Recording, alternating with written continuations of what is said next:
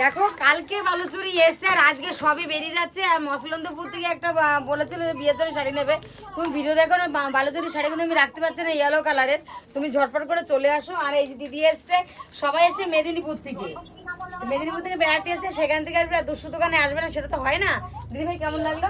খুব ভালো। আর তোমার শাড়ি আন্দাজের দাম কেমন আছে? ঠিক আছে, প্রাইজের মধ্যে। প্রাইজের মধ্যে আছে তো? আর তোমাদের সবাইকে কেমন লাগলো আমাদের শপে এসে?